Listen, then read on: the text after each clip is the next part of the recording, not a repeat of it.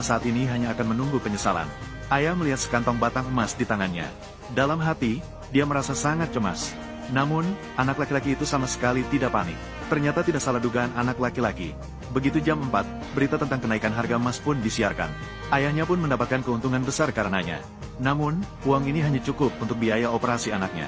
Anak laki-laki tidak tega melihat ayahnya bekerja keras untuk itu. Ia memutuskan untuk menggunakan uang ini sebagai modal. Ia mengajak ayahnya ke bursa saham untuk mendapatkan keuntungan besar. Kemudian, ayah dan anak laki-laki berpakaian rapi dan tiba di bursa saham. Namun, ayahnya merasa sedikit ragu. Ini tidak seperti membeli emas yang bisa mengandalkan keberuntungan. Dia hanyalah seorang pemula dalam trading saham. Namun, anak laki-laki itu sangat percaya diri. Harus diketahui bahwa dia adalah ahli dalam bidang ini. Tiba-tiba mereka bertemu dengan mantan istri dan pria kaya generasi kedua. Keduanya langsung mulai mengejek dan menghina ayah dan anak laki-laki. Mereka mengklaim bahwa saham adalah hal yang harus dilakukan oleh orang kaya.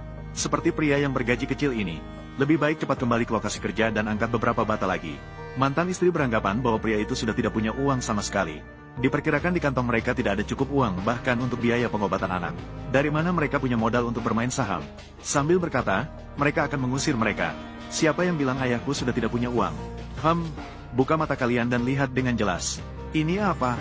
Si pria kaya raya generasi kedua itu menatap dengan mata berbinar.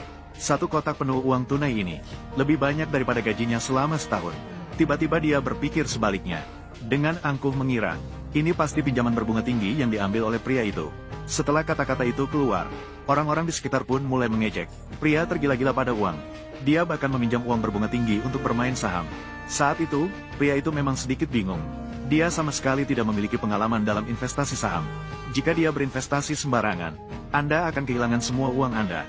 Saat dia tidak tahu harus berbuat apa, anak laki-laki itu merebut kotak uang dan pergi ke meja depan. Kakak, lakukan